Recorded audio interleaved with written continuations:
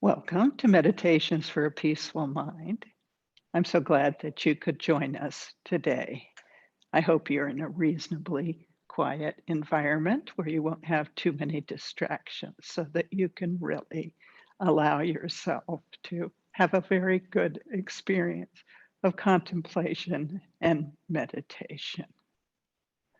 So, in our tradition, we meditate in a very specific way to gain the power to make changes in our mind so that we can recognize, reduce, and eliminate our unpeaceful states of mind, and so that we can learn to increase peaceful states of mind so that we can have a state of peace and happiness under all circumstances. We all need this so much in these difficult times of the coronavirus and social isolation and holidays um, coming up and our political difficulties and economic difficulties, social injustice difficulties. We need inner protection from all this external suffering.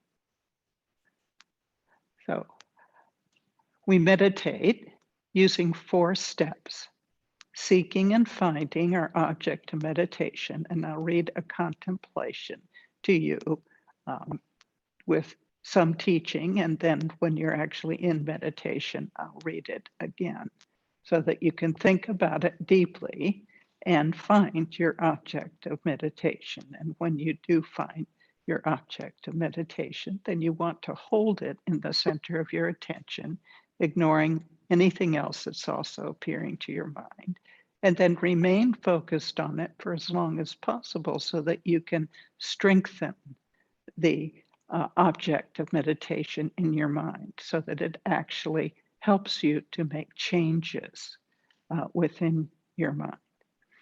If we discover that we followed another thought, we simply release our attention from that other thought and we go back and seek and find our object again and try to hold it in the center of our attention in a relaxed way. And again, remain focused on it for as long as possible. It doesn't matter how many times we have to do these practice rounds because we are training our mind to meditate each time we do this. It's like practicing a musical instrument. You have to play a piece many times in order for it to begin to sound correctly. And it's the same way in meditation.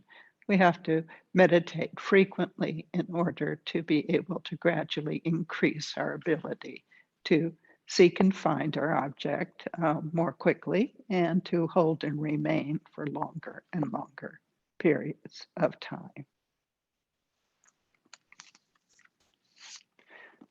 So today we're going to contemplate this following passage.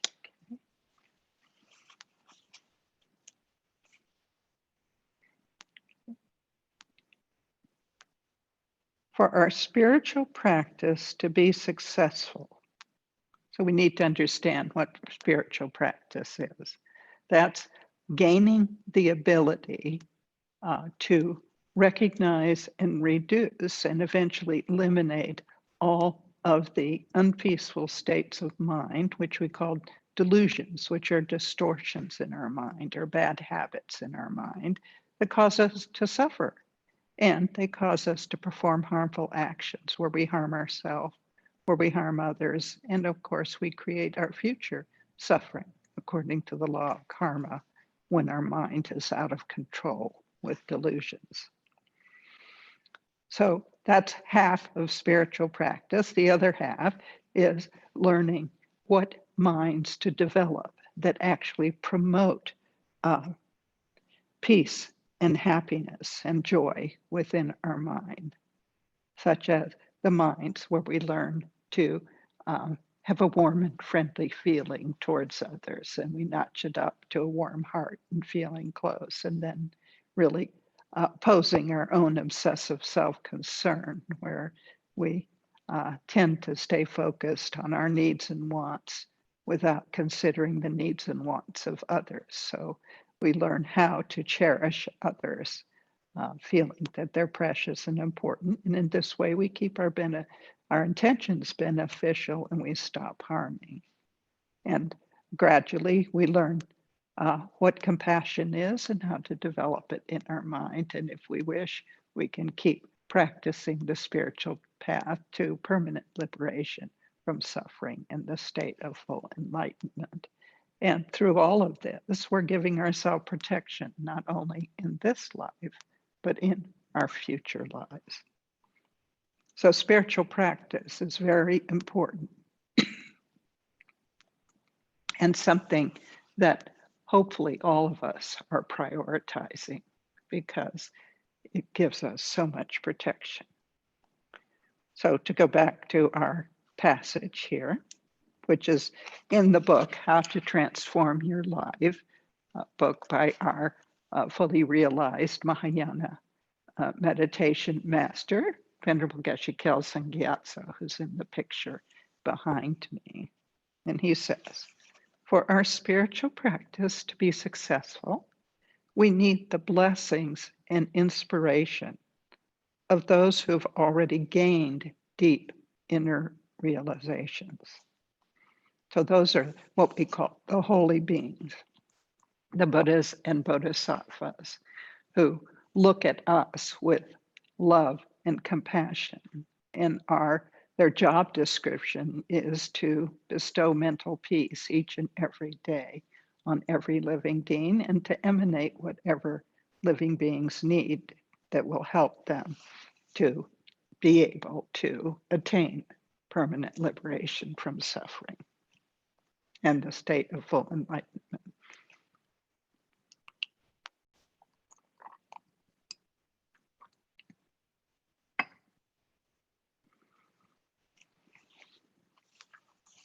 And it's quite wonderful when we have a relationship with these enlightened beings, because then we can open our heart to receive their blessings anytime. Our mind starts to get a little bit unpeaceful. We can request blessings. Help me to oppose this delusion. And the blessings will flow in and help us. How wonderful. Okay, so back to the reading. For our spiritual practice to be successful, we need the blessings and inspiration of those who've already gained deep inner realizations. But we also need to give ourselves constant encouragement. If we cannot encourage ourselves, how can we expect anyone else to? So we suffer a lot from discouragement, giving ourselves negative messages in our mind, limiting our own potential through discouragement, feeling like, oh, I'll never learn to meditate, or I can't concentrate for even a minute, or, I can't do anything to control my mind. We often suffer so much from this type of discouragement, which is a delusion in our mind, because we all have the potential to accomplish all of the stages of the spiritual path. We all have the potential, it's called our Buddha nature, our completely pure potential to recognize, reduce, and abandon our delusions, and to recognize and increase minds that lead to greater peace and joy, as I had described earlier. So we need to constantly oppose our discouragement, and we need to substitute encouragement and a sense of confidence. Yes, this will take time. Of course, I have lots of unpeaceful states of mind that I need to learn how to recognize and reduce and eventually eliminate, but I can do this. I can do this because I have a completely pure potential.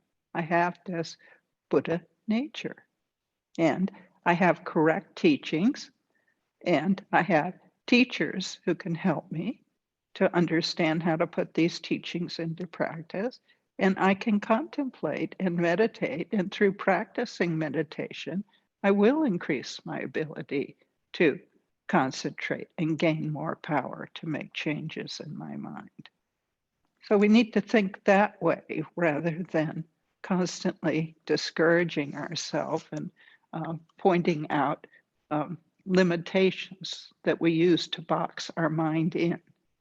You know, we define ourselves through our thoughts.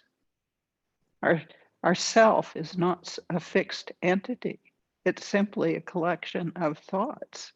And so how we think determines in many ways who we are and of course how we feel, because thoughts are always accompanied by feelings. Feelings don't precede thoughts. Feelings are part of thoughts. So if we change our thoughts, we're going to change our feelings. So we don't have to feel discouraged, but we do have to challenge the bad habit of discouragement. To continue in the text. When we understand clearly that inner peace is the real source of happiness, and how, through spiritual practice, which is basically learning Buddha's teachings and contemplating, meditating, and putting them into practice, and how, through spiritual practice, we can experience progressively deeper levels of inner peace, we will develop tremendous enthusiasm to practice. So how wonderful. That's why people keep practicing these teachings, because they're getting results. You know, if the teachings didn't work, who would want to practice them? But those who actually do make a sincere effort to hear correct teachings and to contemplate, meditate, and make changes within their mind, they get the results of these teachings, because the teachings are a scientific method to bring about inner peace and deeper levels of inner peace. He continues, this is very important. In other words, having this enthusiasm based on our experience of beginning to develop inner peace. Because for those people who want to attain the supreme permanent inner peace of nirvana, we need to engage in spiritual practice sincerely and diligently.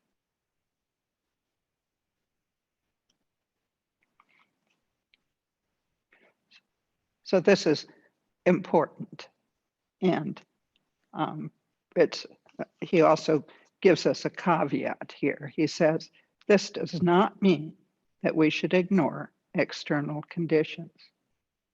We need inner peace, but we also need good physical health. And for this, we need certain external conditions, such as food and a comfortable environment in which to live. So it's very important to understand that Buddha's teachings allow us to combine our modern daily life with our spiritual practice, that through hearing, contemplating, and meditating on correct teachings, we learn many methods to see what is the spiritual teaching of anything that's happening in our life, our daily life, and we understand what is the spiritual practice to help me to keep my mind peaceful and happy, even in the midst of very difficult circumstances, such as all the various problems and glitches in our daily life and in our experience of what's happening in the world today. So we need to have this ability to encourage ourselves to want to practice. So our object of meditation is to oppose discouragement and to increase our encouragement to practice these teachings. Okay. So find a comfortable meditation posture. with your back straight and your feet comfortably on the floor, supporting your body. Your hands can be in your lap in the traditional meditation posture of right hand on left and thumbs touching, tucked close to your abdomen. With your head balanced over your straight back and your eyes looking down the bridge of your nose, being lightly closed, or if you have very stable eyelids, a little bit open. We don't want to be distracted by wavering eyelids in our meditation. And have your tongue resting against the back of your upper teeth so that your mouth will remain moist during meditation. And then just check your posture. If you're on a cushion, have your hips higher in the back than in the front and be in a comfortable cross-legged position.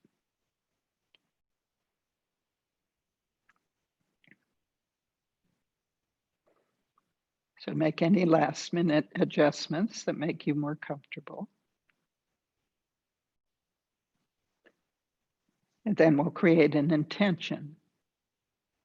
I want to learn to make changes in my mind so that my mind will stay peaceful and happy under all circumstances. And then I can share this peace and happiness with others, bringing harmony into my relationships. And to do this, I have to follow the steps of meditation, seeking and finding my object of meditation, holding it in the center of my attention and remaining focused on it for as long as possible. With this intention, try to move your awareness to your heart center in the center of your body at the level of your heart. It's where your heartfelt feelings are, and you'll be able to observe the thoughts in your mind. And listen again to this passage. For our spiritual practice to be successful, we need the blessings and inspiration of those who have already gained deep inner realizations, the enlightened beings and bodhisattvas. But we also need to give ourselves constant encouragement. If we cannot encourage ourselves, how can we expect anyone else to? When we understand clearly that inner peace is the real source of happiness, and how, through spiritual practice, putting Buddha's teachings into practice in our daily life, we can experience progressively deeper levels of inner peace. We will develop tremendous enthusiasm to practice. This is very important because to attain the supreme permanent inner peace, a permanent liberation from suffering and full enlightenment, we need to engage in spiritual practice sincerely and diligently.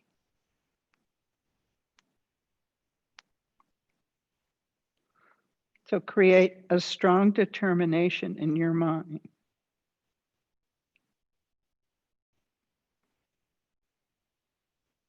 to yearn for progressively deeper levels of inner peace and to encourage yourself to practice sincerely and diligently.